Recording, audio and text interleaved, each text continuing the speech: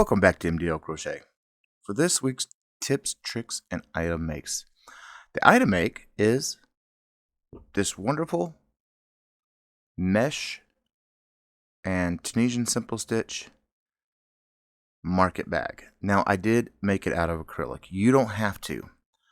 Acrylic is stretchy, which is why I put these vertical bars here to counteract that stretch, as well as to counteract the mesh stretch. As well as down here is why I put them there to help stop that as well.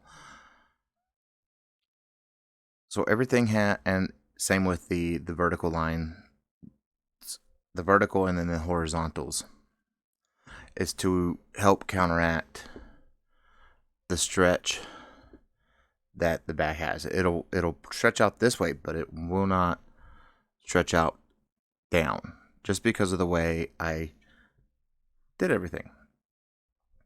It does require beads, but you don't have to add beads. You can alter the pattern any way you want to. If you don't want the bag this big, bring it down a segment. But it is up to you how you want to do it. I'm just going to show you a path. So with that being said, let's get to it. Alright, I went ahead and I pre-threaded 64 brown pony beads. Now with the pony beads, they're going to serve as our seeds for this pattern. Now normally you would use cotton for these market bags. Well, I couldn't find the colors in cotton that I liked. This is a watermelon color from Big Twist value line, and it is a 4-weight acrylic. However, we're going to help that sag that acrylic gets when it's weighted down. We're going to counteract that. And that is all part of this design. So you need to, if you are using cotton, you need to make the chain 15 inches. And it needs to be an odd number chain. So make sure you count your numbers and you're at an odd number. The reason why we need an odd number is because one of the stitches we're going to be using is the mesh stitch. And the mesh stitch, you need to have an odd number. So if you're using 4-weight acrylic like I am, you can chain 71. That's going to give you a little bit more than 15 inches, but it's worth it. So I'm going to go ahead and chain my 71, and I'll be right back. Alright, I chained my 71. Now with your chain, we need to start building our foundation row. For this pattern, the foundation row is going to count as row 1. I simply want it to count as row 1 because you're going to be stitching into it, this baseline here. So you're kind of disappearing your chain, but you're keeping the foundation row. So for me, that's going to be row 1 for this pattern. Normally, I don't count the foundation row, but I am for this one. So what you're going to do is you're going to do your foundation row as normal. So you got to go from the second chain from your hook. That's chain 1, that's chain 2, flip over and go into the back humps. Because we always work in these back loops that are back here, unless you're otherwise told to. Because there are some patterns that you're not going to work. You'll work in the front, but not this one, because we need this solid edge. So go into the back, second one down, 1, 2, and you'll see the back hump, and get your hook in there. The very first one is usually a little bit tricky because it wants to twist on you because you're already twisting it. But once you get this loop in, and make sure you don't split your yarn, but once you get the loop in, kind of helps correct it for you. So let's go ahead and pull up all of our loops and then do a count. Make sure you're still at what you chained. For me, that's going to be 71. For you, it could be something different. If you're using cotton, it's going to be a higher number. But remember, it needs to be an odd number.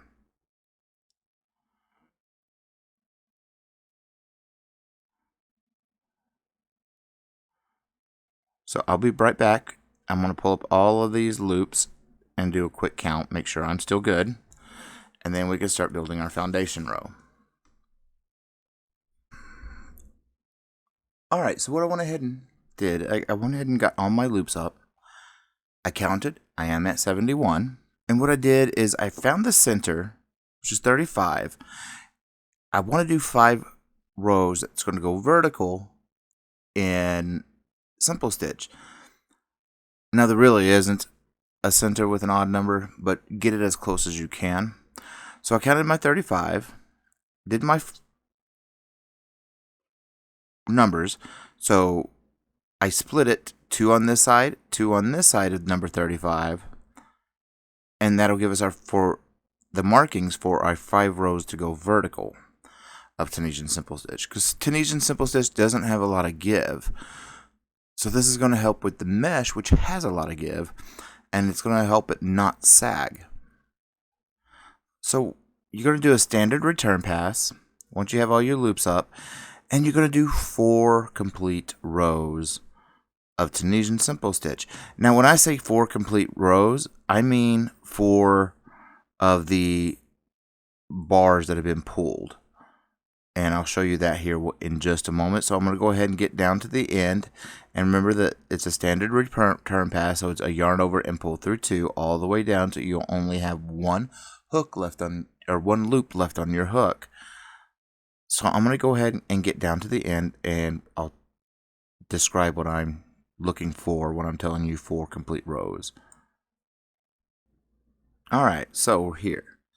Now for rows, this counts as a row.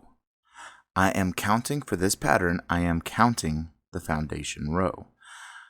So that's row 1, that's row 2. So let's go ahead and pull up, and you're doing it in simple stitch, because simple stitch at the very bottom is going to help give a lot of strength to the bottom part of our bag. So let's go ahead and just pull up our simple stitches.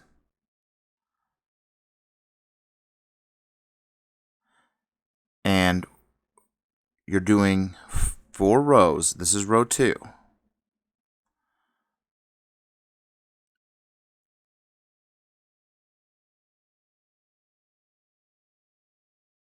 We'll do a total of 2 more after this one, and then we'll come back and we'll start with the mesh, and we'll start offloading our beads. So I'll see you in just a moment when we get ready to start the mesh. Okay, so I did my 4 rows. Now it's time to start the mesh stitch. So with the mesh stitch, if you haven't done it before, I'm going to put the link to the tutorial right here. But how we're going to do this is we're going to yarn over, because you're skipping this first one, and you're going to go into the second one.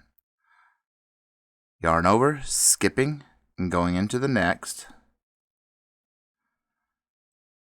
And here is where we can start, offloading a few beads, and make it random. Your beads should be random. And you want to put the beads on after you've already pulled up your loop, so that way they're in the front. So yarn over, skip, yarn over, skip, yarn over, skip, yarn over, and skip, yarn over, skip, yarn over, skip, yarn over, and skip. That's all the mesh stitch is. So continue doing that until we get to this middle, and we will do a couple Tunisian simple stitches. And remember to don't forget to offload some of your beads, because your beads are playing like seeds, and you want that seed effect.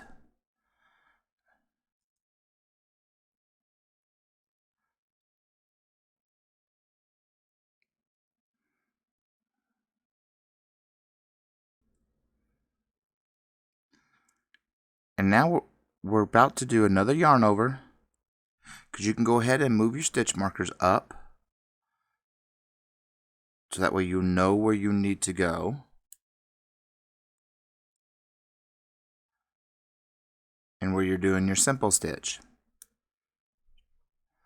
So we have one skip, so we're yarning over and we're going where we need to go with our stitch marker. So go ahead and pull up a normal simple stitch there. The next is a simple stitch, simple stitch, simple stitch, and one more simple stitch. Alright, so we have our simple stitches done. And so we're going to yarn over, we're skipping and going into the next.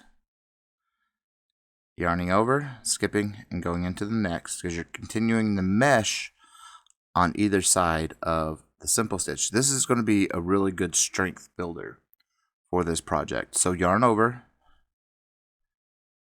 skip, going to the next one, and here we can offload one of our beads. And there you are. Yarn over, skip, yarn over. Let me get some more yarn pulled out. And yarn over. Every time you pull up a loop, you need to yarn over and skip. Yarn over, skip. Yarn over, skip, pull up a loop. Yarn over, skip, pull up your loop. Yarn over, you're skipping, and we're going to pull up our loop. We're going to yarn over because we're skipping and we're pulling up our loop. And your beads should be really just random. No rhyme or reason to them, because seeds don't have a rhyme or reason to them either. So just continue yarn over and skipping and pulling up your loop. Yarn over, skipping, pulling up your loop, and let's put a bead right here. And after you have your loop up, we're going to go ahead and put a bead here.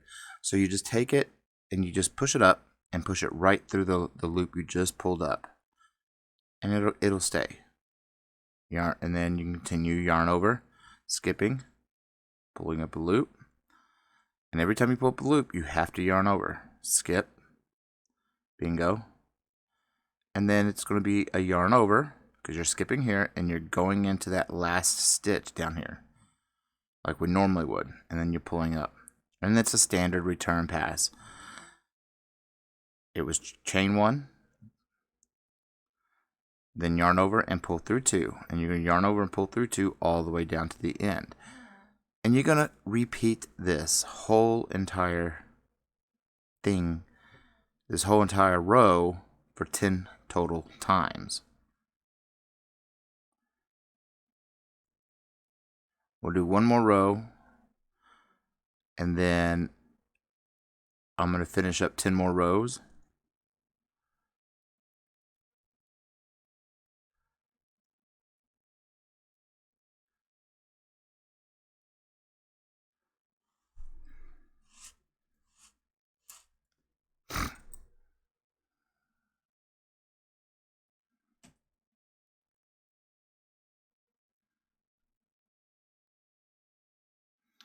And when you're getting to your beads, this is what you really need to make sure of, because sometimes when you're working with them, they have a tendency to move with your needle. So you need to keep them in the front. So when you get close, because if you go through here and you lock it, it's going to be hard to flip it around. So just keep it, pinch it down when you pull in through. And there you are. It's not going to lock it into place. However, it's going to make it a little bit tighter to get around that loop because of the pull through. So it's just better just to already have it in the front anyway. Alright, we're pulling through the last few loops right now. And again, it's the same pattern as we've done with the previous row. So you're going to skip, and you're literally going to go where that vertical bar is. It's going to show you, especially where you put a bead. That is where you're pulling your vertical bars, and you're just running over and yarning over and just pulling up that loop. You don't have to really skip now because the pattern's already established for you. So just yarn over and pull up those loops.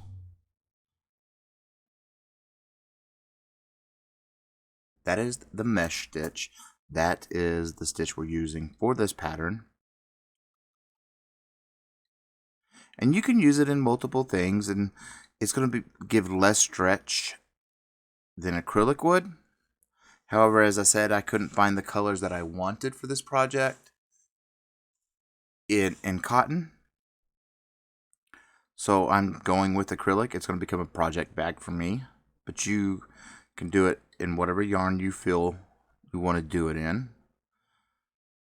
And your chain has to be an odd number, simply because the mesh stitch requires an odd number. Now we're about at our Tunisian simple stitch line, which we are now. And you just continue the Tunisian simple stitch again. You're just repeating what you did on the row prior. And that is it. And then you're going to skip yarn over and go back to work. Now on the second row, after I've offloaded beads, I won't add any more beads. I want to add a bead on the next row. And then on the row after that, I'll add beads. So I'm skipping every row or every other row, and I'm adding beads.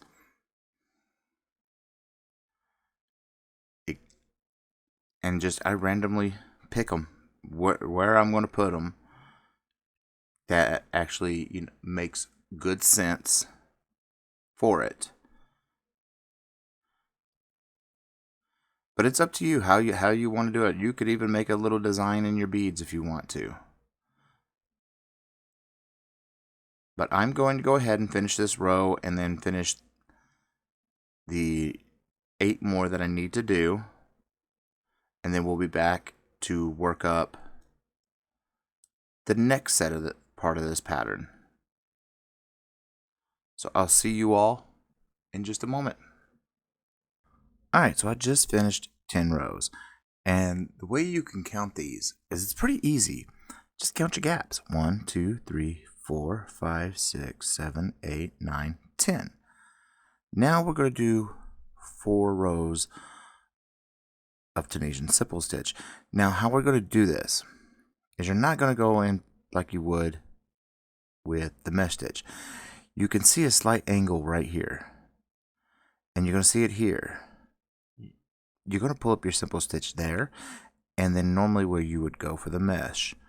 Again, it's that side right here, as you can see, because here's the side, and there's the one you would normally go in. So just pull it up from the side. And then there, and then you got the gap, and then you have the leg, and the main. Same thing again, right here. And you're just going to pull up your loops. And you should still have your whatever number you chained.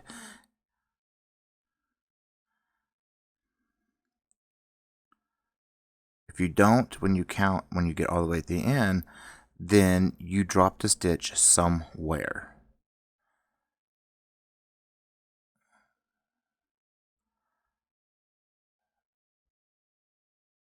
But you're pulling up 2 loops pretty much kind of close together, because this is your yarn over you're pulling up from, which is that missing stitch. And then the stitch in the normal spot. So again, just pull up all the loops.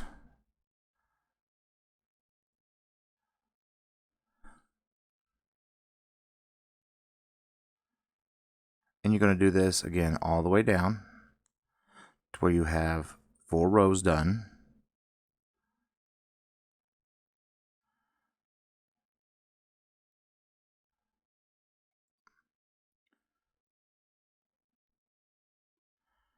And then right here where we have our simple stitches going, you're just going to continuously pull your simple stitches. And just keep doing simple stitches. And not split your, just continuously do simple stitches.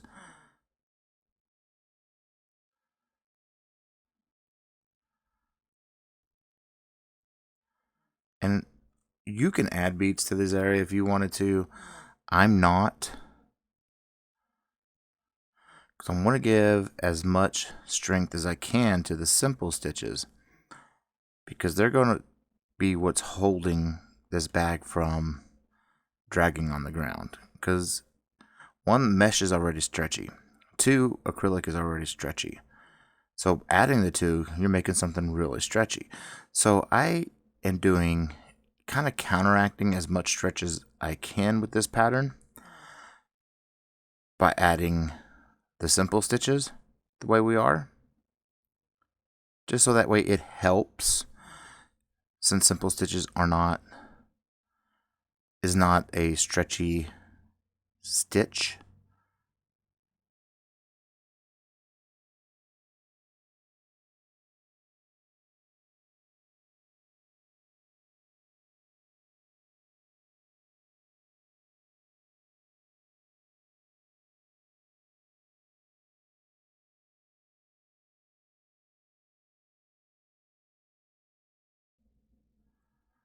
Okay, we're coming down to the end.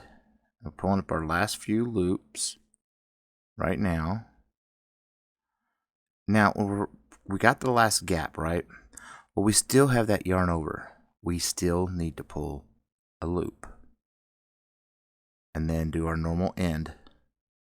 And then it's chain one, and then pull through two all the way down to the end. Alright, so I'm finishing up the last few stitches now. And now we got to do two more rows of Tunisian simple stitches. So let's go ahead and do those two more rows, and then we'll come back and we'll talk about the rest of the pattern. I'll see you in just a few moments. Alright, I'm going to go ahead and finish pulling off through the last few stitches. And there's our 4 rows of Tunisian simple stitch done. Now you're going to do another 10 more rows. Take into account our center. You're still going to continue your center all the way up. But 10 more rows of mesh with our Tunisian simple stitch center. Then 4 rows of Tunisian simple stitch. And then after that, 10 more rows of the mesh simple stitch mix. And another row of simple stitches. And then one more last block of the mesh simple stitch mesh. So you should have a total of 4 segments like this. But on the last segment, you're not doing the simple stitch in that main color. We're going to be changing a color. So I'll be back in just a moment, and we'll walk through what I've been talking about, and then we'll continue the bag. I'll be back in just a moment. Alright, I've already cut my yarn because we're going to be changing up here. But as I was saying, we have 4 panels of mesh stitch. You got 1, 2, 3, 4. But on this last panel, you're not going to do the simple stitch with the main color. You're changing color now. And we're going to change to this peach color. It is pale peach, big twist. So we're going to change our color. So let's go ahead and just go through the 1. Leave 2 on your hook. You make your slip knot however you make your slip knot. This is how I make my slip knot. And you can make it any way you make yours. I prefer to do it this way instead of just let it hang and dangle. Now go ahead and just pull right on through. Now we're going to do our 4 rows of simple stitch. 1 row of just pulling up our loops, and then 3 more of the complete simple stitch. And you'll do this again, like I said, for a total of 4 rows. And then we'll switch color again. So I'm going to go ahead and continue pulling up these colors. And if you don't remember how to pull up these loops on the simple stitches off of the mesh, it's the same way we did it down here. You can see you've got a loop here, and here's the main loop, and then you have a loop right next to it, a little kind of slanty, and you just pull it up there. They're going to be close together at first, and you again, and that's just all you do. And then when you get down to the end, you need to make sure you get that end slanted one as well, and I'll show you that.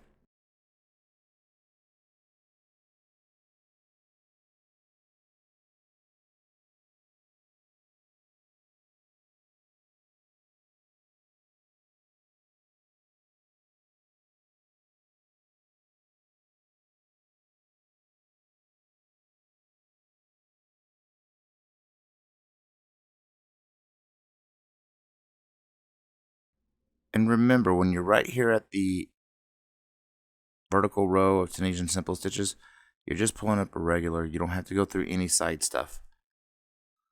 You're just going to pull up a regular loop, just as normal.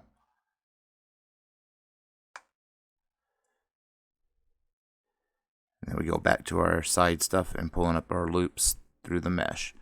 All right, I'll see y'all at the end, and I will show you how to pull up the side stitch on the end. All right, we're coming up on the end now. So there is a slight little, as you can see down through here, through all these others. Let me find my pointer. You got all these others. That's what we're looking for. And it's going to be right here. There's a separate leg.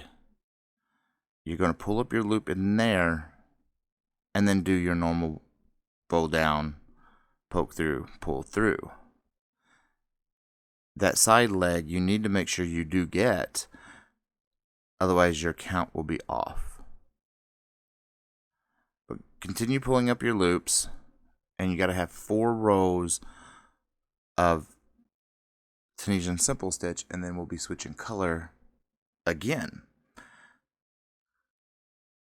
And remember, your return pass is normal, but I'll see you as soon as we get these rows built up. I'll be back in just a second. Alright, I'm finishing pulling through the last few, and I'm going to leave 2 loops left on my hook because I am changing colors. I'm going from this light peach to a light green, and it is light. And I am going to do 3 rows in this color of Tunisian simple stitch.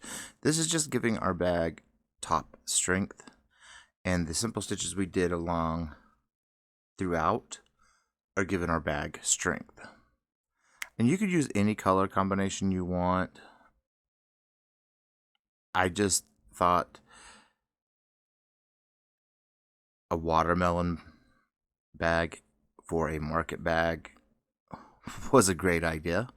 So I've been making it and working it and showing you guys how I did it. So, but you're going to do this twice. You're going to do 2 panels exactly the same. And then once you're done with the green, this light green, I'm going to use a darker green, and we're going to make handles. And you can do your handles any way you want to do them. I'm just going to do mine just a standard crochet Tunisian simple stitch handles. But I'm going to go ahead and continue doing this for 3 total rows, because you know the rind is actually the smaller part of it all. So I will be back once I get all that done, and then we can close it off and then start working on our handles. I'll be back in just a moment. Alright, I'm pulling through the last few stitches right now. And we're going to close this project off because we don't want these gaps. So the way you want to close this off is the Tunisian simple stitch slip stitch. What that is you just do a regular Tunisian stitch and slip it off your hook. You just want to keep one on your hook until you're done. And you're going to do this all the way down. I'm going to do a few more and then I'm going to meet you down at the end. It's a little bit of a slower process because you're doing 2 movements now per stitch. But I'll see y'all here in just a moment. Alright, I'm finishing up the last few stitches now for the slip stitch. Now, on the corner, you're going to handle it just like you normally would when you go to pull up a loop. And then just cast it off. And I'm a little extra, so I always do one more extra chain. Go ahead and snip your line. And then you can weave in your ends. And you'll be golden. Now, to start the handles, you can do the handles any way you want to do them. Doesn't have to be the way I'm doing it. Alright, so we're going to do our handle now. And I chose a darker green, a varsity green, which is a big twist color. And I like to go right below into the gaps, right as close as I can to the bar here. And pull up your loop, put your needle through, and pull up your loops through that. That's what I do. You can do your handles any way you want to do them though. They don't have to be done the same way I do mine. But this is how I like to do it. Because 1, you're going through and you're creating your strength. 2, it looks pretty flush with it. And I'm doing just 8 rows of Tunisian simple stitch here. And I am choosing Tunisian simple stitch simply because it is one of the less elastic stitches. And you're going to end up with a smooth finish. You're going to end up with a very solid piece of fabric. And if you're following what I'm doing, you're going to do 90 total rows before we join it into the other side. And then once we're done, we're going to do the blocking before we join our panels together. But just do total 90 rows total. And then we'll join. I'm going to go ahead and do the 90 off camera. That's a lot to do. So I'm going to do those off camera. And then we'll come back and join it.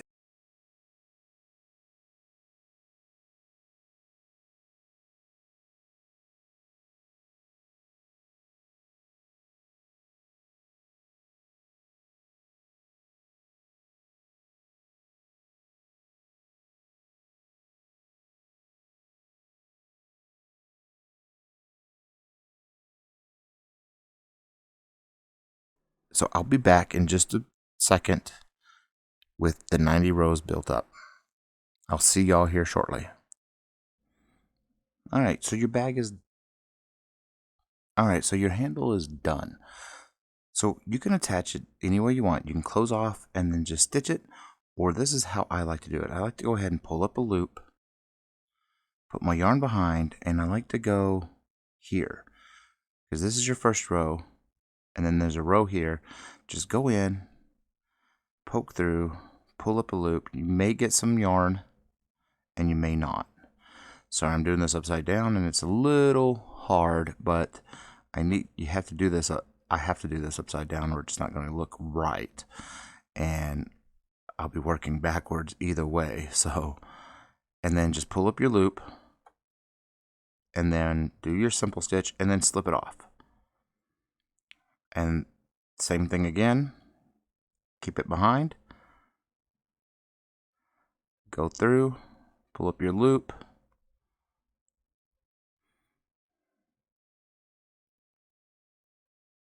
and slip it off.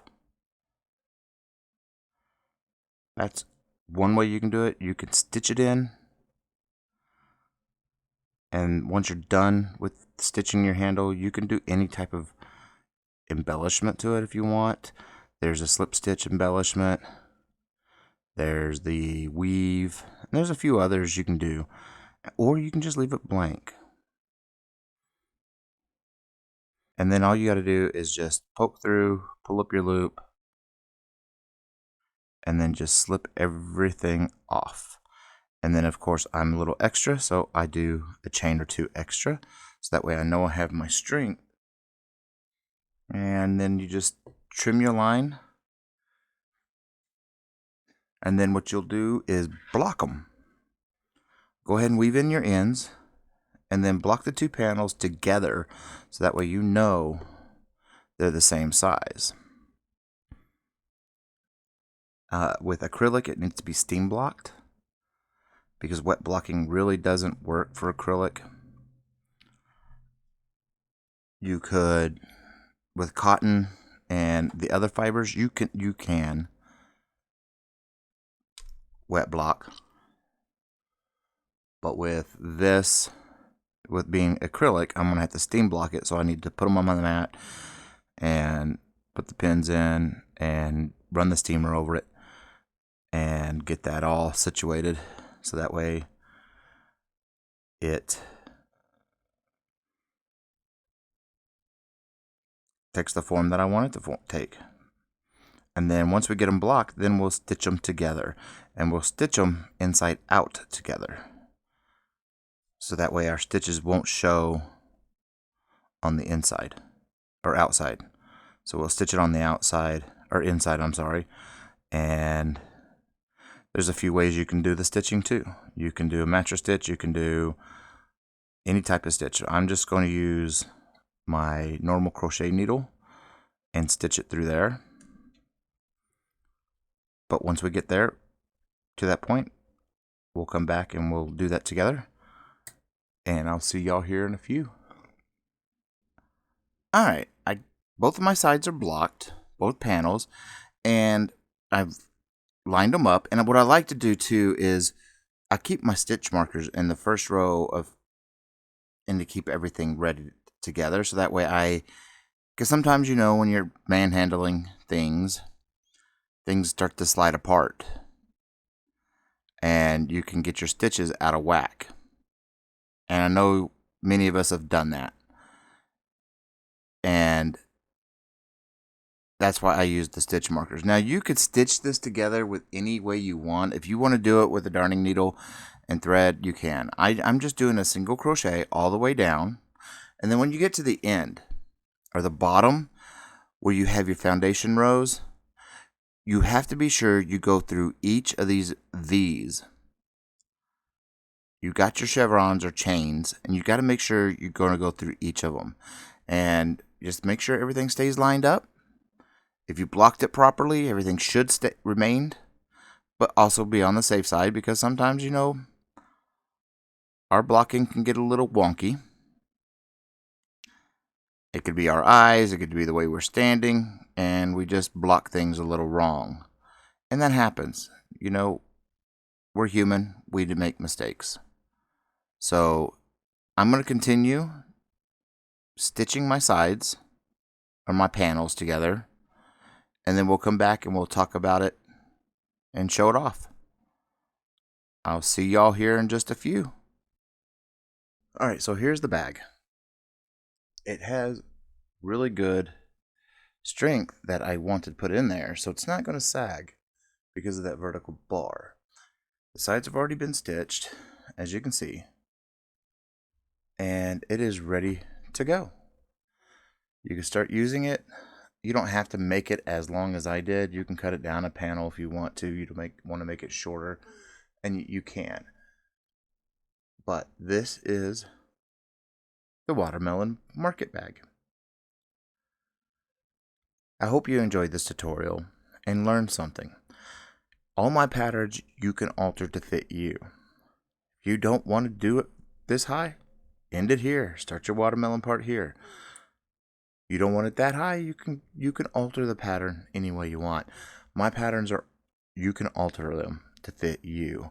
You don't have to do exactly as I make it. But with that being said, folks, remember, if you can like and subscribe these videos, it'd be greatly appreciated. And leave me a comment. I will chit chat with you. And remember, keep stitching.